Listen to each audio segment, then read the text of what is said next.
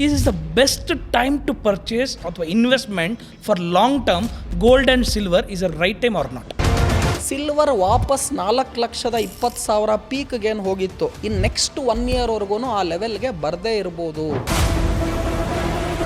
Gold ಏನು peak 1,80,000 ರೂಪಾಯಿವರೆಗೂ 10 gram gold ಹೋಯಿತು. ಆ ಲೆವೆಲ್ಗೆ ವಾಪಸ್ ನೆಕ್ಸ್ಟ್ ಇನ್ನೊಂದು ವರ್ಷದವರೆಗೂ ಥರ್ಡ್ ವರ್ಲ್ಡ್ ವಾರ್ ಆದರೆ ಗೋಲ್ಡ್ ಸಿಲ್ವರ್ ನೆಕ್ಸ್ಟ್ ಏರಿಕೆ ಆಗ್ಬೋದು. ಆದರೆ ಥರ್ಡ್ ವರ್ಲ್ಡ್ ವಾರ್ ಆಗತ್ತಾ ಆಗಲ್ವ ಅಂತ ಯಾರೂ ಕೂಡ ಇವತ್ತು ಹೇಳೋದಕ್ಕೆ ಸಾಧ್ಯ ಇಲ್ಲ. ಇನ್ನೊಂದು ಸಲ ವರ್ಲ್ಡ್ ವಾರ್ 3 ಅಥವಾ ಏನಾನ ಟ್ರಂಪಿನ ಉಚ್ಚಾಟ ಇದೆಲ್ಲ ಆದರೆ ಅವಾಗ ವಾಪಸ್ ಗೋಲ್ಡ್ ಸಿಲ್ವರ್ ಜಾಸ್ತಿ ಆಗುವ ಸಂದರ್ಭಗಳು ಇದೆ. ನಾನು ಕೇಳ್ತೀನಿ, ಇವತ್ತು ನಾನು ಎಲ್ಲಿ ದುಡ್ಡು ಹಾಕಿದ್ರೆ ನೆಕ್ಸ್ಟ್ 1 ವರ್ಷಕ್ಕೆ 150% ಮೇಲೆ ಹೋಗುತ್ತೆ ಅನ್ನೋದು ಖಂಡಿತವಾಗಿ ಯಾರಾನ ಹೇಳಲಿ. ಇಬ್ಬರಿಗೆ ಸಾಧ್ಯ ಹೇಳೋದಕ್ಕೆ. We have to make over all money ಅಷ್ಟೇ. ಕರೆಕ್ಟ್. ನಾನು even if I am wrong in market and prediction I am okay with it. ನಾನು ತಪ್ಪಾದರೂ ನನ್ನ ಪ್ರಿಡಿಕ್ಷನ್ ನನಗೇನು ಬೇಜಾರಿಲ್ಲ, ದುಡ್ಡು ಮಾಡಬೇಕು.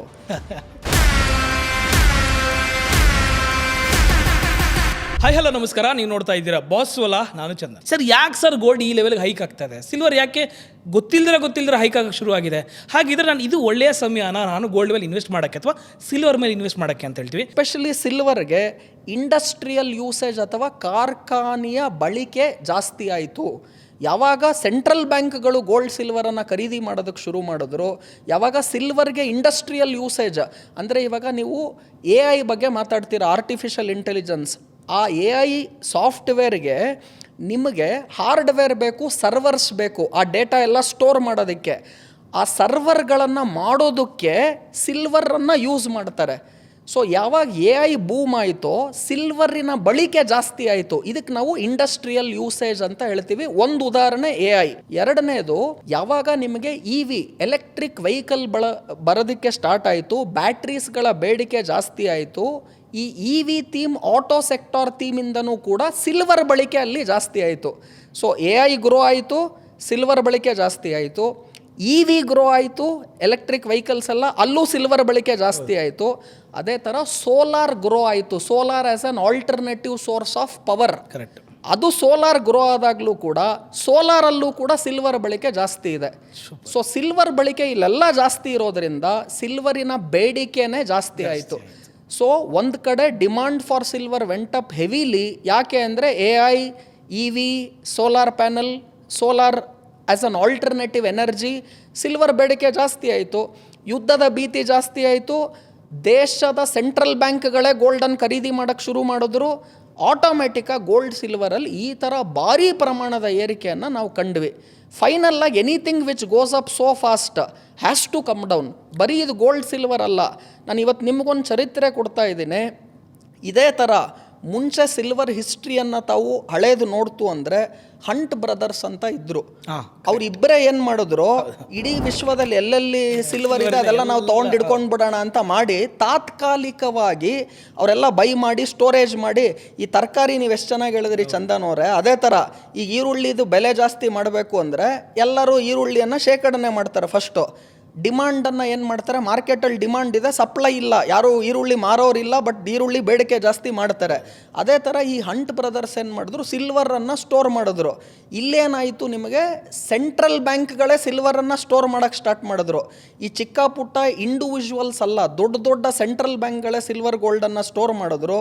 ಯುದ್ಧದ ಭೀತಿಗಳು ಜಾಸ್ತಿ ಆಯಿತು. ಇದೆಲ್ಲ ಯಾವಾಗ ಆಯಿತು, ಅಂತಾರಾಷ್ಟ್ರೀಯ ಮಾರ್ಕೆಟಲ್ಲಿ ಚಿನ್ನ ಬೆಳ್ಳಿ ಮೇಲೋಯಿತು. ಆದರೆ anything which goes up like that has to come down. Share ಮಾರ್ಕೆಟೇ ಉದಾಹರಣೆ ಕೊಡಬೇಕಂದ್ರೆ 2018 ಕೋವಿಡ್ ಬಂತು. ಎಲ್ಲರೂ ಮನೇಲಿ ಕೂತ್ಕೊಂಡ್ರು, ಎಲ್ಲರೂ ಆನ್ಲೈನು, ಇಂಟರ್ನೆಟ್ಟು, ಸೋಷಲ್ ಮೀಡಿಯಾ, ಎಲ್ಲರೂ ಶೇರ್ ಮಾರ್ಕೆಟಿಗೆ ಬಂದರು. 3 crore 4 crore ಇದ್ದಂತಹ ಡಿಮ್ಯಾಟ್ ಅಕೌಂಟ್ಗಳು 20 ಕೋಟಿ ದಾಟ್ಬಿಡ್ತು. ಅಂದರೆ ಇಂತಹ ಡಿಜಿಟಲ್ ವರ್ಲ್ಡ್ ಹಾಗೂ ಇಂಟರ್ನೆಟ್ಟಿನ ಬಳಕೆ ಹಾಗೂ ಆ್ಯಪ್ ಯೂಸೇಜ್ಗಳೆಲ್ಲ ಜಾಸ್ತಿ ಆಯಿತು. ಶೇರ್ ಮಾರ್ಕೆಟಲ್ಲಿ ಹೂಡಿಕೆ ಮಾಡೋರು ಜಾಸ್ತಿ ಆದರು. ಮುಂಚೆ ಇಂಡಿಯಾಲಿ ಒಂದು 3% of population before Covid stock ಮಾರ್ಕೆಟಲ್ಲಿದ್ದರು. ಈಗ ನಂಬರ್ ಹತ್ತತ್ರ 8-9%ವರೆಗೂ ಬಂದ್ಬಿಡ್ತು. ಸೊ ಇದೆಲ್ಲ ಆದಾಗ ಏನಾಯಿತು ಅಂದರೆ ಬೇಡಿಕೆ ಜಾಸ್ತಿ ಆಗ್ತಾ ಇದೆ, ಸಿಲ್ವರ್ ಗೋಲ್ಡ್ ಬಗ್ಗೆನ ನಾನು ಮಾತನಾಡ್ತಾ ನಿಮ್ಗೆ ಹೇಳ್ತಾ ಇದ್ದೀನಿ. ಯಾವಾಗ ಈ ಥರ demand of silver created by central banks ಆಯಿತು, ಆವಾಗ ಈ ದಿಢೀರ್ ಏರಿಕೆ ಆಯಿತು. ಶೇರ್ ಮಾರ್ಕೆಟು ಈ ದಿಢೀರ್ ಏರಿಕೆಯನ್ನು ಕೋವಿಡ್ ನಂತರ ಏನು ಕಾಣ್ತು, ಅದಾದಮೇಲೆ ಕಳೆದ 2-3 ವರ್ಷದಲ್ಲಿ ಏನೂ ಪರ್ಫಾರ್ಮೆನ್ಸ್ ಇಲ್ಲ. ಯಾವುದು ದಿಢೀರಂತ ಮೇಲೋಗುತ್ತೆ, ಕೋವಿಡ್ ಆದಮೇಲೆ ಶೇರ್ ಮಾರ್ಕೆಟ್ ದಿಢೀರಂತ ಮೇಲೋಯ್ತು. 2018ರಿಂದ 2024ವರೆಗೂ ಸ್ಟಾಕ್ ಮಾರ್ಕೆಟ್ ಸೂಪರ್ ರಿಟರ್ನ್, ಲಾಭಾಂಶ ಅಧಿಕವಾಗಿ ಕೊಡ್ತು. 24ವರೆಗೂ, ಯಾವಾಗಿಂದ 2018ರಿಂದ 24 ಆದಮೇಲೆ 24, 25, 26 ನೋ ರಿಟರ್ನ್. ಈಗ ನೀವು ಹೇಳಿ, ನಾನೇನು ಹೇಳ್ತಾ ಇಲ್ಲ, ನಮ್ಮ ವೀಕ್ಷಕರ ಕಮೆಂಟಲ್ಲಿ ಬರೀಲಿ. ಶೇರ್ ಮಾರ್ಕೆಟ್ 2018ರಿಂದ 2023ವರೆಗೂ ಕೋವಿಡ್ ಆದ ನಂತರ ಈ ದಿಢೀರ್ ಏರಿಕೆ ಕಾಣ್ತು. 23ವರೆಗೂ ಏರ್ತು, ಅದಾಗ 2 ವರ್ಷ ಏನೂ ರಿಟರ್ನ್ ಕೊಡಲಿಲ್ಲ. 24, 25 ನೆಕ್ಸ್ಟ್ ಟು 0 ರಿಟರ್ನ್. ಈಗ ಚಿನ್ನ ಬೆಳ್ಳಿ ಕಳೆದ 2 ವರ್ಷದಲ್ಲಿ ಈ ದಿಢೀರ್ ಏರಿಕೆ ಕಂಡಿದೆ. ನೆಕ್ಸ್ಟ್ 1 ವರ್ಷ 2 ವರ್ಷ ಏನಾಗುತ್ತೆ ಅನ್ನೋದನ್ನ ನೀವು ಕಮೆಂಟಲ್ಲಿ ಬರೀರಿ. ನಾನು ಬರೀ ನಿಮಗೆ ಮೀನು ಕೊಡ್ತಾ ಇಲ್ಲ, ಫಿಶ್ ಕೊಡ್ತಾ ಇಲ್ಲ, ಫಿಶನ್ನೇ ಕ್ಯಾಚ್ ಮಾಡಬೇಕು ಅನ್ನೋದು ಹೇಳ್ತಾ ಇದ್ದೀನಿ. ಸೊ ನಿಮ್ಗೆ ಅರ್ಥ ಆಗ್ತಿದೆ ಏನು ಲಾಸ್ಟ್ 2 ವರ್ಷದಲ್ಲಿ ಹೋಗಿದೆ. ನನ್ನ ಪ್ರಕಾರ ಸಿಲ್ವರ್ ವಾಪಸ್ 4,20,000 ಪೀಕ್ಗೇನು ಹೋಗಿತ್ತು, ಇನ್ನು ನೆಕ್ಸ್ಟ್ 1 ಇಯರ್ವರೆಗೂ ಆ ಲೆವೆಲ್ಗೆ ಬರದೇ ಇರ್ಬೋದು. ಸೂಪರ್. ಗೋಲ್ಡ್ ಏನು ಪೀಕ್ 1,80,000 ರೂಪಾಯಿವರೆಗೂ 10 ಗ್ರಾಮ್ ಗೋಲ್ಡ್ ಹೋಯಿತು. ಆ ಲೆವೆಲ್ಗೆ ವಾಪಸ್ ನೆಕ್ಸ್ಟ್ ಇನ್ನೊಂದು ವರ್ಷದವರೆಗೂ ಇವತ್ತಿಂದ ಬರುವ ಚಾನ್ಸಸ್ಗಳು ಕಡಿಮೆ ಇದೆ. ಯಾವಾಗ ಬರಬಹುದು ವಾಪಸ್ ಆ ರೇಟ್ಗೆ ಅಂದರೆ, ಒಂದು ಡೊನಾಲ್ಡ್ ಟ್ರಂಪ್, ಈ ವೆನಿನ್ಸುಲಾ, ಇರಾನ್ ಇದೆಲ್ಲ ನಾವೇನು ಹೇಳ್ತಿದ್ದೀವಲ್ಲ, ಈ ಥರ 3rd ವರ್ಲ್ಡ್ ವಾರೇ ಶುರು ಆಯಿತು ಅಂತ ಅಂದ್ಕೊಳ್ಳಿ. ಇವಾಗವರೆಗೂ 2 ವರ್ಲ್ಡ್ ವಾರ್ ನೋಡಿದ್ದೀವಿ. 3rd ವರ್ಲ್ಡ್ ವಾರೇ ಶುರು ಆಯಿತು ಅಂದರೆ ಯುದ್ಧದ ಭೀತಿ ಭಾರೀ ಪ್ರಮಾಣದಲ್ಲಿ ಇನ್ಕ್ರೀಸ್ ಆದಾಗ ಚೈನಾಗೆ ಸಪೋರ್ಟ್ ಮಾಡುವಂತಹ ಒಂದಷ್ಟು ದೇಶಗಳು ಹೋಗುತ್ತೆ, ಅಮೇರಿಕಾಗೆ ಸಪೋರ್ಟ್ ಮಾಡುವಂತಹ ಒಂದಷ್ಟು ದೇಶಗಳು ಹೋಗುತ್ತೆ. ಸೊ ರಷ್ಯಾ ಒಂದು ಕಡೆ ಹೋಗುತ್ತೆ. ಇವರೆಲ್ಲರೂ ದೊಡ್ಡ ಯುದ್ಧ ಏನಾನ ಮಾಡಿದ್ರೆ ಇಂಡಿಯಾ ಒಂದು ಕಡೆ ಹೋಗುತ್ತೆ, ರಷ್ಯಾ ಒಂದು ಕಡೆ ಹೋಗುತ್ತೆ, ಚೈನಾ ಒಂದು ಕಡೆ ಹೋಗುತ್ತೆ ಸಪೋರ್ಟ್ಗೆ. ಸೊ ಇವರೆಲ್ಲ ಫೈಟ್ ಆಗಿ 3rd ವರ್ಲ್ಡ್ ವಾರ್ ಆದರೆ ಗೋಲ್ಡ್ ಸಿಲ್ವರ್ ನೆಕ್ಸ್ಟ್ ಏರಿಕೆ ಆಗ್ಬೋದು. ಅದರ 3rd ವರ್ಲ್ಡ್ ವಾರ್ ಆಗುತ್ತಾ ಆಗಲ್ವ ಅಂತ ಯಾರೂ ಕೂಡ ಇವತ್ತು ಹೇಳೋದಕ್ಕೆ ಸಾಧ್ಯ ಇಲ್ಲ. ಸೊ ಇವಾಗ ನೀವು ಒಂದು ತಿಳ್ಕೊಬೇಕು, ಏನು ಬೇಕಾದರೂ ಆಗ್ಬೋದು, ಬಟ್ ಅದು ಆಗುವ ಸಾಧ್ಯತೆಗಳೆಷ್ಟಿದೆ, ಪ್ರಾಬಬಿಲಿಟಿ ಅನ್ನೋದು ಇಂಪಾರ್ಟೆಂಟು. ಈಗ ಮೊನ್ನೆ ಯಾರೋ ಹೇಳಿದ್ರು ಫ್ಲೈಟ್ ಕ್ರ್ಯಾಶ್ ಆಗೋಯ್ತು. ಸೊ ಹಂಗನ್ಬಿಟ್ಟು ನಾನು ಫ್ಲೈಟಲ್ಲೇ ಓಡಾಡಲ್ಲ ಅಂದರೆ ನೀವು ನಡ್ಕೊಂಡು ಹೋಗೋಕ್ಕಾಗತ್ತಾ ಬೆಂಗಳೂರಿಂದ ಕಾಶ್ಮೀರವರೆಗೂ? ಫ್ಲೈಟ್ ಕ್ರ್ಯಾಶ್ ಆಗ್ಬೋದು. 1,00,000 ಸಲ ಫ್ಲೈಟ್ ಓಡಾಡಿದ್ರೆ ಒಂದು ಸಲನೋ 2 ಸಲನೋ ಕ್ರ್ಯಾಶ್ ಆಗುತ್ತೆ. ನಿಮ್ಮ ಹಣೆ ಬರ ಸರಿಗಿಲ್ಲ ಅಂದರೆ ನಡ್ಕೊಂಡು ಹೋಗುವಾಗಲೇ ಗಾಡಿ ಬಂದು ಗುದ್ದುಬಿಟ್ಟು ಏನು ಬೇಕಾದ್ರೂ ಆಗ್ಬೋದು. ಹಣೆ ಬರ ಚೆನ್ನಾಗಿರೋರಿಗೆ ಅಷ್ಟು ಫ್ಲೈಟ್ ಕ್ರ್ಯಾಶ್ ಆದರೂ ಒಬ್ಬ ಯಾರೋ ಅದರಲ್ಲಿ ಬದುಕಿ ಆಚೆ ಬರ್ತಾನೆ ಆರಾಮಾಗೆ. ಸೊ ನಾನೇನು ಹೇಳ್ತೀನಿ, ಫ್ಲೈಟ್ ಕ್ರ್ಯಾಶ್ ಆಗುತ್ತೆ ಅನ್ನೋದಕ್ಕೋಸ್ಕರ ಫ್ಲೈಟಲ್ಲಿ ನಾವು ಓಡಾಡಲ್ಲ ಅನ್ನೋದು ಮೂರ್ಖತನ. ಫ್ಲೈಟ್ ಕ್ರ್ಯಾಶ್ ಯಾವಾಗ ಬೇಕಾದರೂ ಆಗ್ಬೋದು. ನಾನು ಅದಕ್ಕೆ ಪ್ರಿಕಾಷನ್ ತೊಗೊಂಡು ನನ್ನ ಫ್ಯಾಮಿಲಿನ ಚೆನ್ನಾಗಿ ನೋಡ್ಕೊಳೋದಕ್ಕೆ ಏನೇನು ಬೇಕು ಅದನ್ನು ಮಾಡ್ತೀನಿ ಅನ್ನೋದು ಜಾಣ್ಮೆ, ಅದು ಬುದ್ಧಿವಂತಿಕೆ. ಸೊ ನನ್ನ ಪ್ರಕಾರ ಗೋಲ್ಡ್ ಸಿಲ್ವರ್ ವಾಪಸ್ ಆ ಪೀಕ್ ರೇಟ್ಸ್ಗೆ ನೆಕ್ಸ್ಟ್ ಇನ್ನೊಂದು ವರ್ಷದಲ್ಲಿ ಬರೋದಿಲ್ಲ, ಸ್ಟೇಬಲ್ ಆಗುತ್ತೆ. ಇಲ್ಲಿರೋ ರೇಟ್ಸ್ ಏನಿದೆ ಇಲ್ಲೇ ಇನ್ನೊಂದು ನೆಕ್ಸ್ಟ್ 6 ಮಂತ್ಸ್ 1 ಇಯರ್ ಸ್ಟೇಬಲ್ ಆಗುತ್ತೆ. ಇಳಿಕೆ ಇನ್ನೂ ಒಂದು 50% ಆಗುವ ಸಂದರ್ಭಗಳು ಜಾಸ್ತಿ ಇದೆ. ಆದರೂ ಕೂಡ ಒಂದು 10-20% ನಿಮ್ಮ ಒಟ್ಟಾರೆ ಹೂಡಿಕೆಯನ್ನು ಚಿನ್ನ ಬೆಳ್ಳಿಯಲ್ಲಿ ಹಾಕಿ ಇನ್ನೊಂದು ಸಲ ವರ್ಲ್ಡ್ ವಾರ್ 3 ಅಥವಾ ಏನಾನ ಟ್ರಂಪಿನ ಉಚ್ಚಾಟ ಇದೆಲ್ಲ ಆದರೆ ಅವಾಗ ವಾಪಸ್ ಗೋಲ್ಡ್ ಸಿಲ್ವರ್ ಜಾಸ್ತಿ ಆಗುವ ಸಂದರ್ಭಗಳು ಇದೆ. ಅದನ್ನು ಯಾರೂ ಕೂಡ ಹೇಳೋದಕ್ಕಾಗೋದಿಲ್ಲ.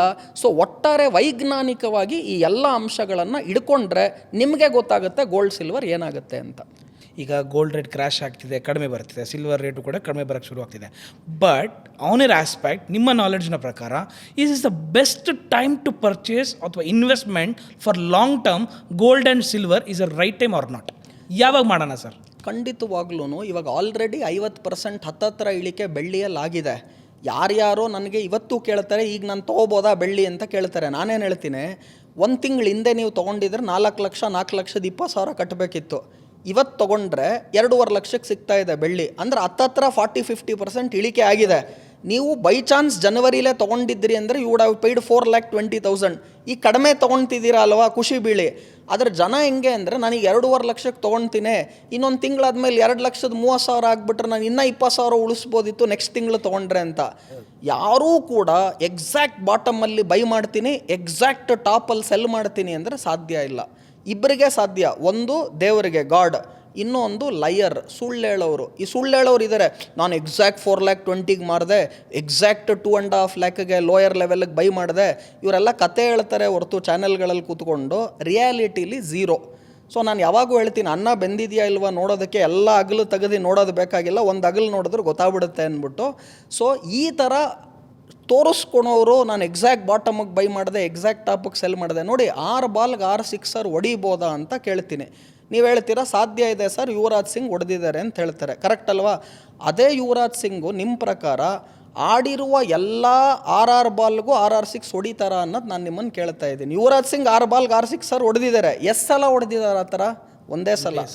ಅದೇ ಯುವರಾಜ್ ಸಿಂಗು ಆಡೋ ಎಲ್ಲ ಬಾಲು 6 ಬಾಲ್ಗೆ 6 ಸಿಕ್ಸ್ ಹೊಡೆಯೋಕ್ಕಾಗತ್ತಾ ಅಂತ ನಾನು ಕೇಳ್ತಿದ್ದೀನಿ. ಯಾವುದೋ ಒಂದು ಸಲ ನೀವು ಎಕ್ಸಾಕ್ಟ್ ಬಾಟಮಲ್ಲಿ ಬೈ ಮಾಡ್ಬೋದು, ಎಕ್ಸಾಕ್ಟ್ ಟಾಪಲ್ಲಿ ಸೆಲ್ ಮಾಡ್ಬೋದು. ಕನ್ಸಿಸ್ಟೆಂಟಾಗಿ ಎಲ್ಲ ಸಲ ಎಕ್ಸಾಕ್ಟ್ ಟಾಪಲ್ಲಿ ನಾನು ಸೆಲ್ ಮಾಡ್ತೀನಿ, ಎಕ್ಸಾಕ್ಟ್ ಬಾಟಮಲ್ಲಿ ಬೈ ಮಾಡ್ತೀನಿ ಅಂದರೆ ಯುವರಾಜ್ ಸಿಂಗ್ಗೆ 6 ಬಾಲ್ 6 ಸಿಕ್ಸರ್ ಎಲ್ಲ ಬಾಲ್ ಹೊಡಿಯೋಕ್ಕಾಗಲ್ಲ ಅಂದರೆ ಈ ಬೇರೆ ಮಲ್ಲೇಶ್ವರಂ ಗ್ರೌಂಡು, ವಯಾಲಿ ಕಾವಲ್ ಗ್ರೌಂಡಲ್ಲಿ ಕ್ರಿಕೆಟ್ ಆಡೋರು ಯುವರಾಜ್ ಸಿಂಗ್ ಬಗ್ಗೆ ಮಾತಾಡ್ತಿರ್ತಾರೆ. ನಾನು ಲೋಯೆಸ್ಟ್ ರೇಟ್ ಹೋದ ವರ್ಷ ತೊಗೊಂಡ್ಬಿಡ್ಬೇಕಿತ್ತು ಸಿಲ್ವರು ಗೋಲ್ಡು, ತೊಗೊಂಡ್ಬಿಟ್ಟಿದ್ರೆ ಒಂದು ವರ್ಷಕ್ಕೆ ನಾನು ಇಷ್ಟು ರಿಟರ್ನ್ ಮಾಡಿಬಿಡ್ತಿದ್ದೆ. ಹಿಂಗಾಗತ್ತೆ ಅಂತ ಗೊತ್ತಿದ್ದಿದ್ರೆ ಮನೆ ಮಠ ಎಲ್ಲ ಮಾರ್ಬಿಟ್ಟು ಎಲ್ಲರೂ ಬೆಳ್ಳಿಲಿ ಹಾಕ್ಬಿಟ್ಟು ಒಂದು ವರ್ಷ ಆದಮೇಲೆ ಸೇಲ್ ಮಾಡಿಬಿಟ್ಟು ಲೋನ್ ತೊಗೊಂಡು ಮಾಡಿಬಿಟ್ಟು ಎಲ್ಲ ಆಗ್ಬಿಡೋದು. ನಾವಿವತ್ತು ಮಾಡ್ತಿರೋದು ಪೋಸ್ಟ್ ಮಾರ್ಟಮ್ ಅನಾಲಿಸಿಸ್. ಅಂದರೆ ನೀವು ಒಂದು ವರ್ಷದ ಹಿಂದೆ ಹಾಕಿದ್ದಿದ್ರೆ 150% ಹೋಗಿದ್ದಿದ್ರೆ ಹಿಂಗಾಗ್ತಿತ್ತು ಹಂಗಾಗ್ತಿತ್ತು. ಮೊನ್ನೆ ಒಬ್ಬರು ತುಂಬ ಚೆನ್ನಾಗಿ ಹೇಳಿದ್ರು, ನೀನು ಚಿಕ್ಕ ಹುಡುಗನಲ್ಲೇ ಚೆನ್ನಾಗಿ ಓದ್ಬಿಟ್ಟಿದ್ರೆ ಇಷ್ಟೊತ್ತು ಒಳ್ಳೆ IAS ಆಫೀಸರ್ ಆಗ್ಬಿಡ್ಬೋದಿತ್ತು, ಓದಿದ್ರೆ ಆಗ್ಬೋದಿತ್ತು, ಆಗಿಲ್ವಲ್ಲ. ಆಮೇಲೆ ನಮಗಿದು ಏನಾನ ಮುಂಚೆನೇ ಗೊತ್ತಿದ್ದಿದ್ರೆ ಯಾರ್ರೀ ಎಲ್ಲ ಮನೆ ಮಠ ಮಾರಿನೂ ಎಲ್ಲ ಬೆಳ್ಳಿಗೆ ಹಾಕ್ಬಿಡೋರು. ಸೊ ಈ ಪೋಸ್ಟ್ ಮಾರ್ಟಮ್ ಅನಾಲಿಸಿಸ್ ಅಥವಾ ಹಿಂಗಾಗಿದ್ದಿದ್ರೆ ಹಂಗೆ ಆಗ್ತಾ ಇತ್ತು ಅನ್ನೋದು ಈಸಿ. ನಾನು ಕೇಳ್ತೀನಿ, ಇವತ್ತು ನಾನು ಎಲ್ಲಿ ದುಡ್ಡು ಹಾಕಿದ್ರೆ ನೆಕ್ಸ್ಟ್ ಒಂದು ವರ್ಷಕ್ಕೆ 150% ಮೇಲೆ ಹೋಗುತ್ತೆ ಅನ್ನೋದು ಖಂಡಿತವಾಗಿ ಯಾರಾನ ಹೇಳಲಿ. ಇಬ್ಬರಿಗೆ ಸಾಧ್ಯ ಹೇಳೋದಕ್ಕೆ, ಒಂದು ಗಾಡ್, ಇನ್ನೊಬ್ಬರು ಲಯರ್, ಸುಳ್ಳು ಹೇಳೋರು. ಇವರಿಬ್ಬರು ಬಿಟ್ಟರೆ ಇನ್ನು ಯಾರಿಗೂ ಸಾಧ್ಯ ಇಲ್ಲ. ಸೊ ನಮಗೆ ಬಾಟಮ್ಮು ಟಾಪು ಪಿಕ್ ಮಾಡೋದು ಬೇಡ. We have to make over all money ಅಷ್ಟೇ. ಕರೆಕ್ಟ್. ನಾನು even if I am wrong in market and prediction, I am okay with it. ನಾನು ತಪ್ಪಾದರೂ ನನ್ನ ಪ್ರೆಡಿಕ್ಷನ್ ನನಗೇನು ಬೇಜಾರಿಲ್ಲ. ದುಡ್ಡು ಮಾಡಬೇಕು. ಇನ್ನು ಕೆಲವರು ಪ್ರೆಡಿಕ್ಷನ್ ಮಾಡ್ತಾ ಇರ್ತಾರೆ, ದುಡ್ಡು ಮಾಡಲ್ಲ, ಏನು ಪ್ರಯೋಜನ? End result is very very important. So ಹಿಂಗೆ ಮಾಡಿದ್ದಿದ್ರೆ ಹಂಗಾಗ್ತಿತ್ತು. ಮೊನ್ನೆ ಒಬ್ರು ಅಂದರು, ನೀವು MRF ಶೇರಲ್ಲಿ ಏನಾನ 1995ರಲ್ಲಿ 10,000 ಹಾಕಿದ್ದಿದ್ರೆ ಇವತ್ತು 250 ಕೋಟಿ ಆಗ್ತಿತ್ತು. Very good. ನಾನು 10,000 ಹಾಕಿದ್ದಿದ್ರೆ MRF ಶೇರಲ್ಲಿ ಇವತ್ತೇನಾಗ್ತಿತ್ತು? ಅದು 250 ಕೋಟಿ ಆಗ್ತಾ ಇತ್ತು. ನೀವು ಹಾಕಿದ್ದೀರಾ ಅಂತ ಕೇಳಿದೆ. ಇಲ್ಲ ಸರ್ ಅಂದರು. ಹಾಕಿರೋರು ಯಾರಾನ ಗೊತ್ತಿದೆಯಾ ಅಂದೆ. ಇಲ್ಲ ಸರ್ ಅಂತ ಅಂದರು. ಈಗ ನಾನು MRFಗೆ ಇವತ್ತು ಹಾಕಿದ್ರೆ 10,000 ರೂಪಾಯಿ, ಅದೇ ನಾನು 250 ಕೋಟಿ ಆಗತ್ತಾ ಅಂದ್ರೆ ಇಲ್ಲ ಸರ್ ಅಂದರು. ಮತ್ತು ಅದ್ರ ಬಗ್ಗೆ ಯಾಕೆ ಮಾತಾಡ್ತೀರಾ ಅಂದೆ. ಹೈಂಡ್ ಸೈಟ್ ಅಂತ ಕರಿತೀವಿ ಇದನ್ನು. ಏನು ಹೈಂಡ್ ಸೈಟ್ ಅಂದರೆ, ನಾವೇನಾನ MRFಲ್ಲಿ 1995ರಲ್ಲಿ 10,000 ಹಾಕಿದ್ದಿದ್ರೆ ಹಿಂಗೆ ಆಗ್ತಿತ್ತು, ಹಂಗೆ ಗೊತ್ತಿದ್ದಿದ್ರೆ 10,000 ಯಾಕೆ 10 ಲಕ್ಷನೂ ಸಾಲ ಮಾಡಿ ಹಾಕ್ಬೋದಿತ್ತು. ಈಗ ಮುಂದೆ ಏನಾಗುತ್ತೆ ಅದ್ರ ಮೇಲೆ ನಾವು ಯೋಚನೆ ಮಾಡಬೇಕು. ನನ್ನ ಪ್ರಶ್ನೆ, ಇವತ್ತು ನಾನು ಬೆಳ್ಳಿ ಚಿನ್ನಲ್ಲಿ ನಾನು ದುಡ್ಡು ಹಾಕ್ತೀನಿ ಅಂತ ಅನ್ಕೋಣ, ನೆಕ್ಸ್ಟ್ ಒಂದು ವರ್ಷಕ್ಕೆ ಅದು 150% ಹೋಗುತ್ತಾ ಅನ್ನೋದು ನನ್ನ ಪ್ರಶ್ನೆ. ಸೂಪರ್. ಸೊ ನೆಕ್ಸ್ಟ್ 1 ಇಯರ್ಗೆ ಅದು 150% ಹೋಗಲ್ಲ ಅಂತ ಇದ್ಮೇಲೆ, ಆಮೇಲೆ ಇವಾಗ ಬೇಸೇ ಜಾಸ್ತಿ ಆಗಿದೆ. ಮುಂಚೆ ಬೆಳ್ಳಿ 90,000 ಇತ್ತು, ಅದು ಡಬಲ್ ಆಗಬೇಕು ಅಂದ್ರೆ ಇನ್ನೊಂದು 90,000 ಮೇಲೆ ಹೋದ್ರೆ ಡಬಲ್ ಆಗಿಬಿಡುತ್ತೆ. ಈಗ ಬೆಳ್ಳಿ 2.5 ಲಕ್ಷ ಇದೆ ಬೇಸು. ಇಲ್ಲಿನ ಡಬಲ್ ಆಗಬೇಕು ಅಂದರೆ 2.5 ಲಕ್ಷ 5 ಲಕ್ಷ ಆಗಬೇಕು. 10 ರೂಪಾಯಿಯನ್ನು 20 ರೂಪಾಯಿ ಮಾಡೋದು ಈಸಿ, 1,000 ರೂಪಾಯಿಯನ್ನು 2,000 ಮಾಡೋದು ಕಷ್ಟ, 1 ಕೋಟಿನ 2 ಕೋಟಿ ಮಾಡೋದು ಇನ್ನೊಂಚೂರು ಕಷ್ಟ, 100 ಕೋಟಿನ 200 ಕೋಟಿ ಮಾಡೋದು ಮತ್ತಷ್ಟು ಕಷ್ಟ. ಆದರೆ ಎಲ್ಲ ಕಡೆ return 100%. But as the base goes up, doubling becomes difficult. ಮುಂಚೆ ನನ್ನ ಹತ್ರ 10,000 ರೂಪಾಯಿ ಇತ್ತು ಜೋಬಲ್ಲಿ, 10,000ನ 20,000 ಮಾಡೋದು ಈಸಿ. ಇವತ್ತು ನಿಮ್ಮ ಜೋಬಲ್ಲಿ 10 ಕೋಟಿ ಇದೆ ಅಂದರೆ 10 ಕೋಟಿನ 20 ಕೋಟಿ ಮಾಡೋದು ಕಷ್ಟ. ಯಾಕಂದರೆ ಅಮೌಂಟ್ ಸೈಜೇ ದೊಡ್ಡದಾಗಿದೆ. 1 ರೂಪಾಯಿನ 2 ರೂಪಾಯಿ ಮಾಡೋದು ಈಸಿ, 1 ಕೋಟಿನ 2 ಕೋಟಿ ಮಾಡೋದು ಕಷ್ಟ. But return wise, percentage wise it is same. Correct. So ಇದನ್ನು ನಾವು ಕಾಮನ್ ಮೆನ್ಗೆ ಅರ್ಥ ಆಗೋ ಥರ ನಾನು ಹೇಳ್ತಾ ಇದ್ದೀನಿ.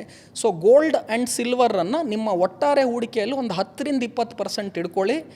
ಲಾಂಗ್ ಟರ್ಮ್ಗೂ ನೀವು ಇನ್ವೆಸ್ಟ್ಮೆಂಟ್ ಮಾಡಬೇಕು ಅಂದರೆ ಈಗಿರೋ ರೇಟ್ಸ್ ಕಡಿಮೆ ಇದೆ. ಆಲ್ರೆಡಿ ನಿಮಗೆ ಟಾಪಿಂದ ಒಂದು 40-50% ಇಳಿಕೆ ಕಂಡಿದೆ.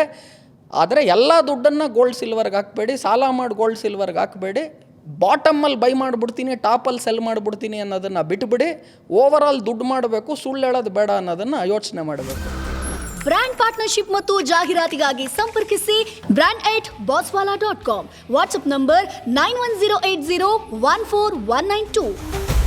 Bosswala. Be the boss.